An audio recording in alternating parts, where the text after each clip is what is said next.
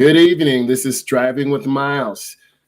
We're going to talk about using efficient steering techniques. I've had a lot of questions about hand over hand to hand.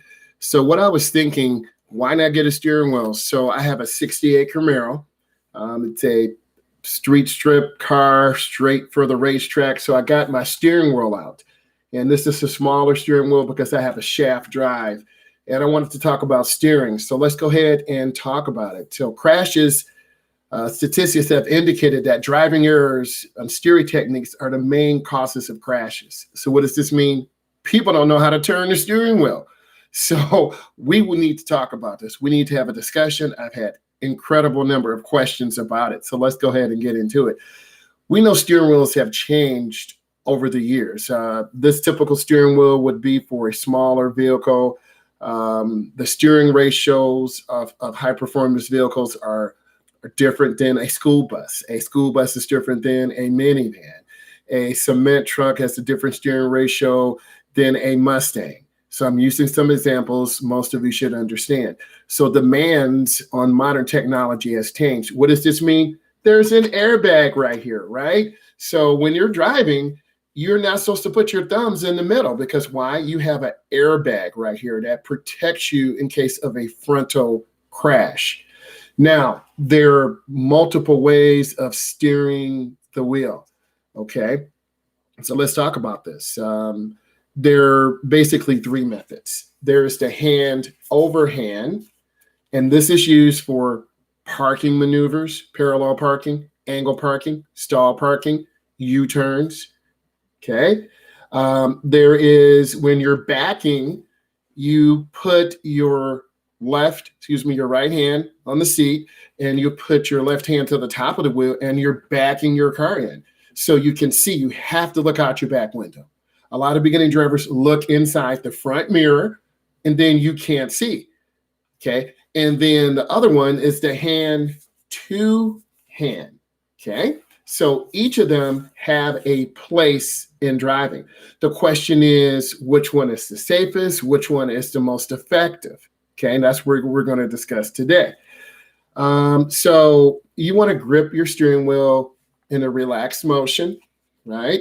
You want to have your thumbs to the outside of the steering wheel, not to the inside where the airbag is. I think most of us will agree on that, okay? You never want to turn the wheel from its inside rim. You'll see people doing this. You can lose control of your vehicle. You don't want to palm the steering wheel. Okay, if you palm the steering wheel, you won't be able to turn it. A lot of drivers that I see put their hands at the bottom of the steering wheel, making the steering wheel small.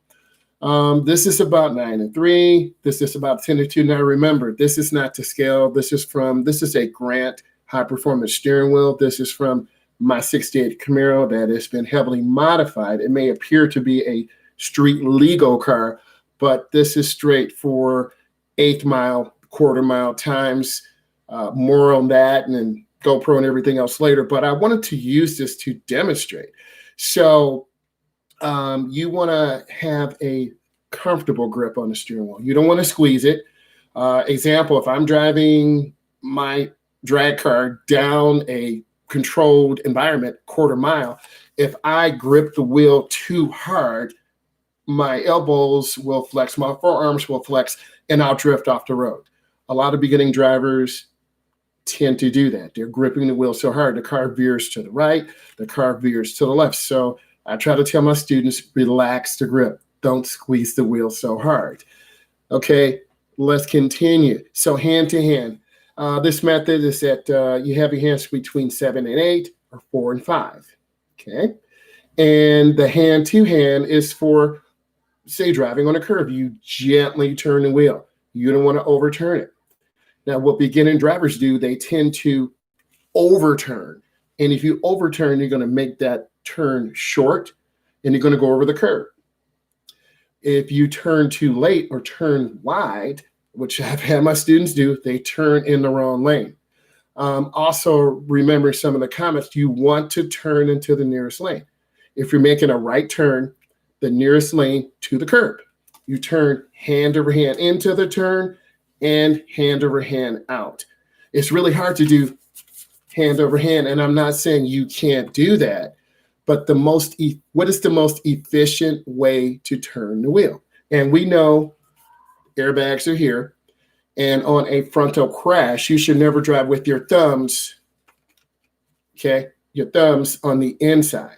Because if the airbag goes off, you're going to break your thumbs and some other things, okay? So the hand over hand has its place. And if you have a manual, what's up, Queen? How you doing? Thanks, Queen. Give it a thumbs up, please. So we're talking about hand over hand steering. We're talking about hand over hand into the turn. Okay, well, Queen, I appreciate you. Nothing but love. Queen, thank you. We will contact each other. I'm blessed to have you as a content creator. And I just want to shout out Queen, a great person, singer, actress, and we're going to show her some love. So Queen, we're just talking about hand over hand steering and hand over hand into the turn. And once your car's out, you turn out hand over hand. And a lot of beginning drivers look at the steering wheel when you really should be turning, right? You should be looking at the turn. So that's kind of a bad habit, right? Now let's talk about hand over hand. This method is used for lower speeds. Okay, you're making a right turn. You don't make a right turn at 40 or 50 miles an hour. I got my driver's license, but I can't get the insurance. It is a lot of money, God of 2K. It is a lot of money. Typically between 16 and about 24 years old, you're going to pay a higher rate of insurance. Why? Because you're more at risk. Around 25, age 25, most insurance companies have done statistics. Your crash rate will be lower. It takes about 10 years. So that's the next biggest hurdle. Maybe someone in your family can, you can get on their insurance. Look around. There are a lot of great companies out there. So we're talking about hand over hand steering. Please give us a thumbs up. So the hand over hand is best, as I said, used for making turns at intersections, a right turn, and hand over hand into the turn, and hand over hand out of the turn. You don't want to put your thumbs in the middle, right? And this is from when parking, okay? You are making reverse parallel park. You line your car up. You start reversing, you turn all the way to the right, to the front, to the steering wheel locks. The rear of the car goes into the right, the front swings out to the left. Once you get halfway past the vehicle, you turn hand over hand, back out. You're in, okay? You could always shuffle the wheel and try to get it in. There's more than one way to steer, okay? But the conversation is about using efficient techniques. And later on this month, you're going to see me in another surprise. I put some content up. I'm going to learn how to drive an F1 kart, okay? And there's going to be different ways that I'm going to steer. I'll have the GoPro on, and we'll talk about the steering, and we'll look at my race results, okay? So simply reverse hand-over-hand process to bring the vehicle back into the intended path, okay? So using one hand, we talked about this when you reverse. You're reversing, backing out of your driveway. You have to put your left hand to the top. You put your right hand over the passenger seat. You're reversing out. You've got to look out of your back window, even if you have a backup camera. I talked about that. You've got to look. So let's review. There's more than one way to steer.